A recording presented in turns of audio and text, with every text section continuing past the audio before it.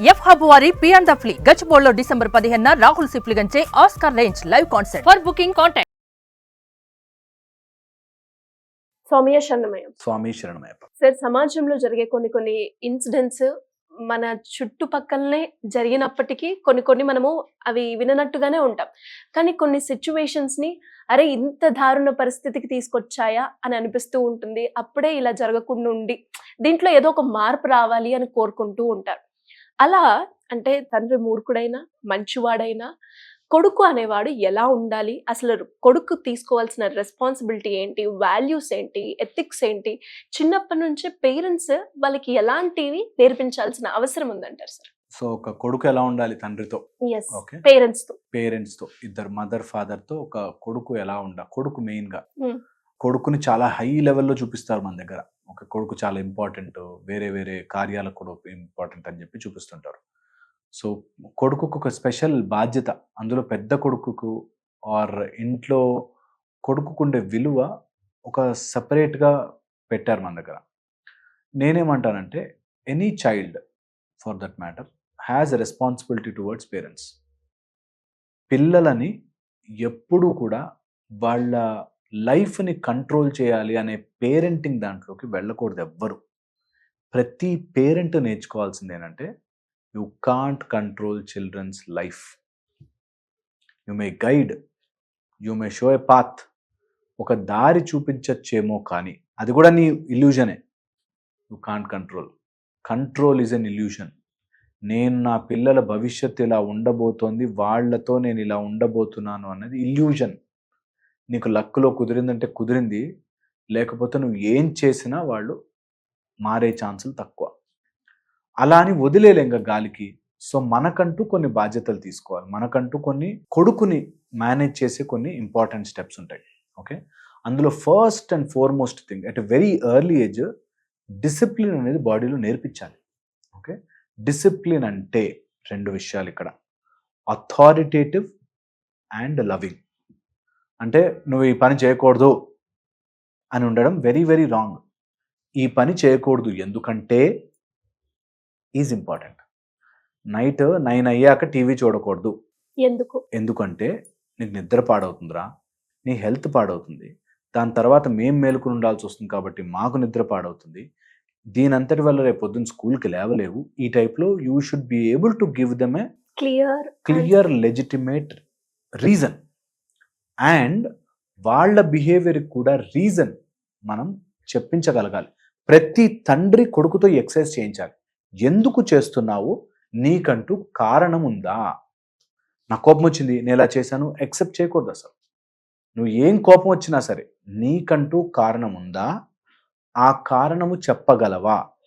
Explain చేయడం కూడా రావాలి. చాలామంది పిల్లలకి ఎక్స్ప్లెయిన్ చేయడం రాక నేను చెప్పినా నువ్వు వినవు అనే స్టేజ్కి వచ్చేస్తారు. చెబితే వినేటట్టుగా పేరెంట్ ఉండాలి, అండ్ చెప్పేటప్పుడు ఆ రీజనింగ్ వీళ్ళు కరెక్ట్గా ఇచ్చేటట్టుగా ఉండాలి. ఈ రీజనింగ్ గనక పిల్లలకి నేర్పిస్తే పిల్లలు విల్ రియల్లీ బి మనకి ఒక లైన్లో పడ్డట్టుగా ఉంటుంది. ఓకే, పిల్లలకు ఆ రీజనింగ్ నేర్పించక నేను చెప్పేశానంటే అంతే అయిపోయింది, నేను చెప్పినట్టుగానే నువ్వు చెయ్యాలి, ఇలాగే ఉండాలి అనేవాడు కొన్ని రోజులు నీ దగ్గర ఫుడ్ తీసుకున్నంత వరకు ఉంటాడు. వాడు ఓన్ ఫుడ్ సంపాదించుకున్న రోజు నువ్వు ఎవడివిరా అంటాడు. అందుకని కారణం ఇవ్వడము ఉండడం చాలా చాలా important. Okay, second very very important, ఒకవేళ ఇలా చేస్తున్నప్పుడు ఎప్పుడైనా యాంగర్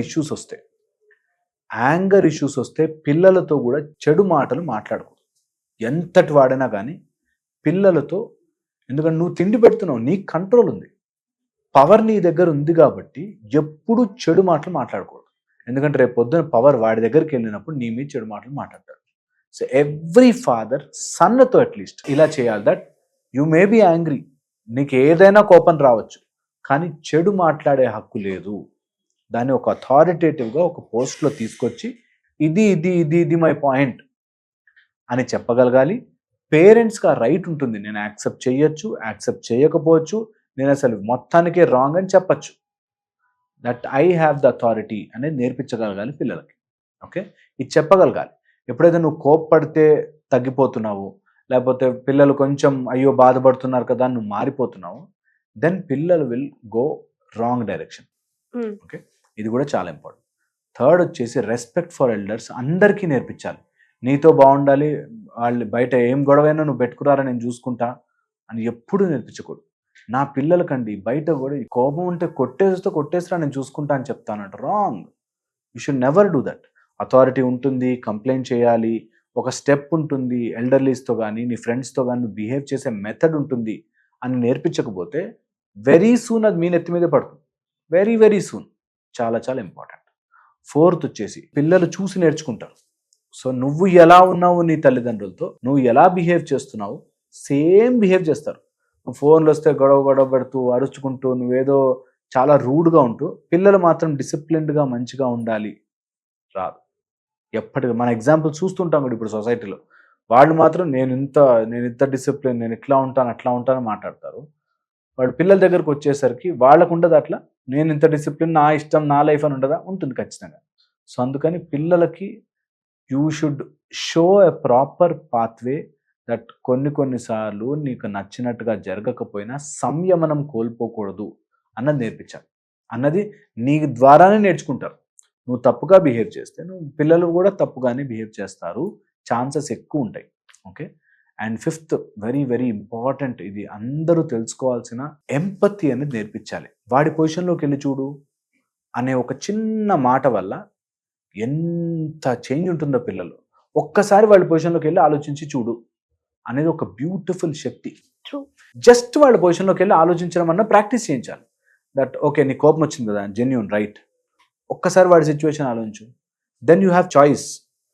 ఒక అతను ఫాస్ట్గా వచ్చి లేని స్పేస్లో యాక్సిడెంట్ చేసి ఫాస్ట్గా వెళ్ళిపోయాడు.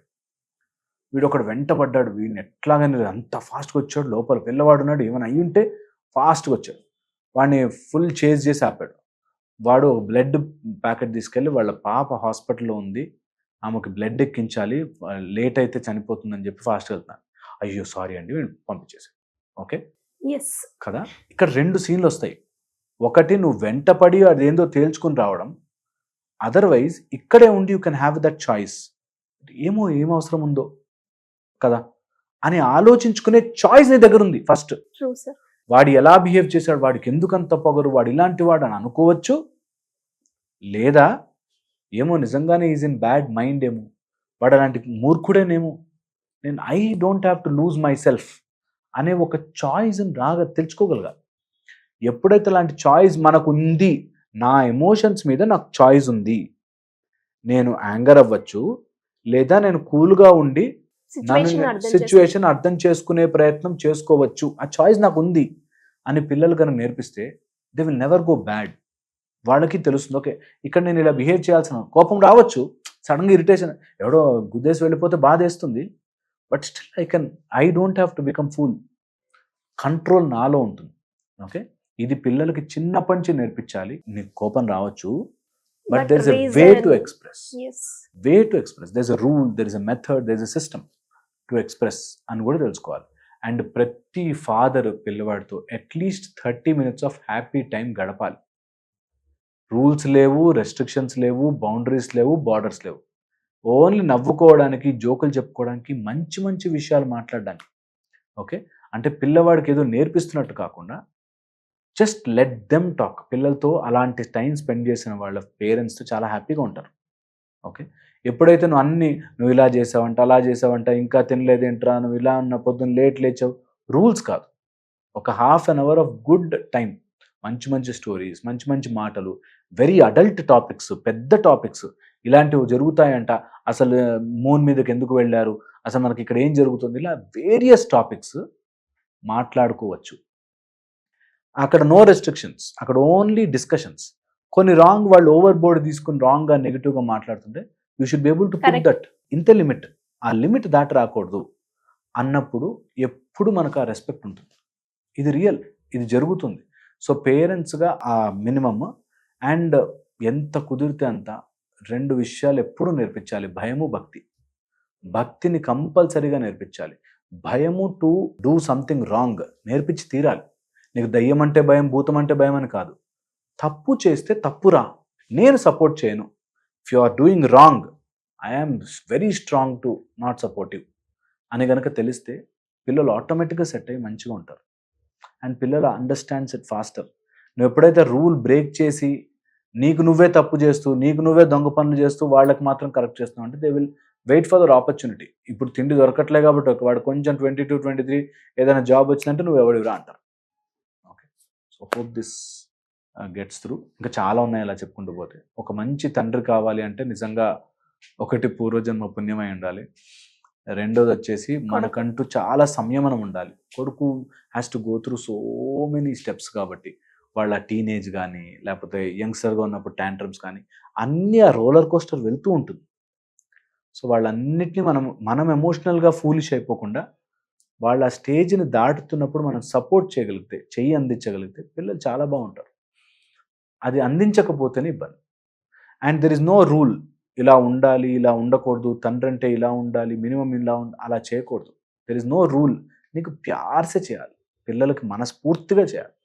అలా చేస్తే they will definitely be good. డెఫినెట్గా సార్. అంటే చూసే ప్రతి పేరెంట్స్కి కూడా అంటే ఎవరైతే ఇప్పుడు పేరెంటింగ్ చాలా డిఫికల్ట్ అయిపోయింది అని మాట్లాడుతూ ఉంటారు, కానీ మనం చెప్పే పద్ధతిలో మనం చేసే పనుల్లో కనుక కొంచెం మార్పు వస్తే ఆటోమేటిక్గా ఆ ఇంపాక్ట్ పిల్లల మీద కూడా పడుతుంది True. అనడంలో ఎలాంటి సందేహం లేదు. అండ్ ఈ వీడియోలో మీరు చెప్పిన పాయింట్స్ ఏవైతే ఉన్నాయో 1-2 సార్లు కనుక ఆలోచించి వాళ్ళు ప్రయత్నిస్తే ఆ రిజల్ట్స్ వాళ్ళే చూస్తూ ఉంటారు. Thank you sir, thank you so much.